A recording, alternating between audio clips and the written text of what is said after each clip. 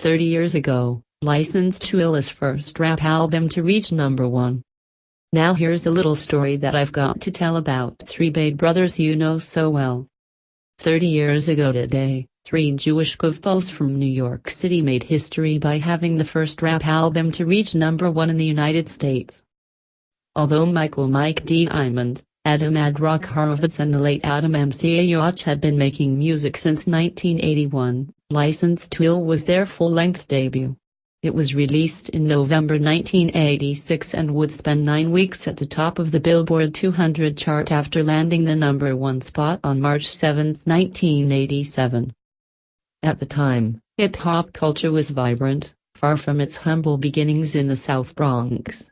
To its growing and loyal fan base, rap was no longer a novelty, but an art form with its own superstars like Run DMC and LL Cool J.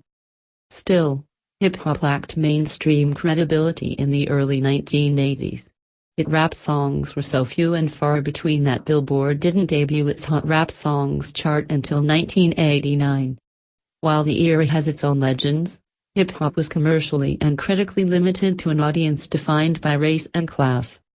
It says a lot about America that the first rap album to reach #1 on the charts was made by three loudmouthed, obnoxious white dudes.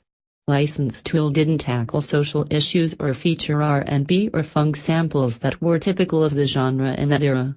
In many ways, the album veered on the edge of hip-hop parody.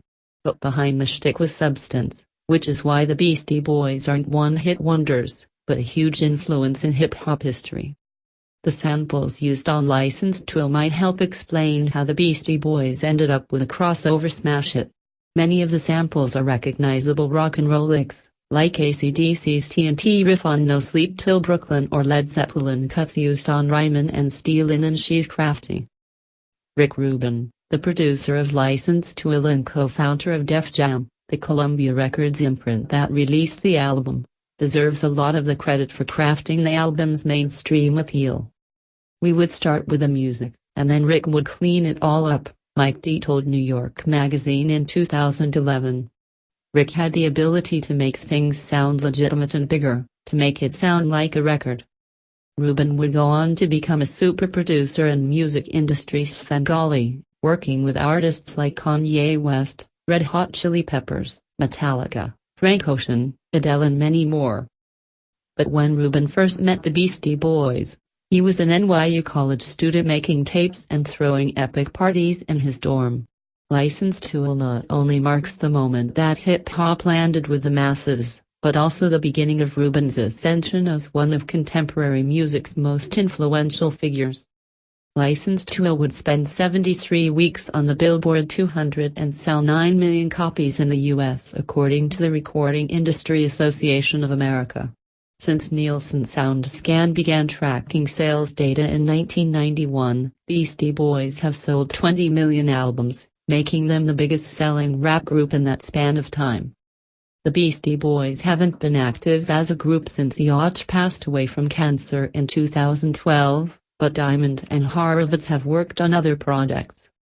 Diamond is a DJ and hosts a show on Apple Music's Beats One radio called The Echo Chamber. Horowitz has acted in several feature films and been a vocal anti-Trump activist. He recently designed and released sneakers that support Planned Parenthood.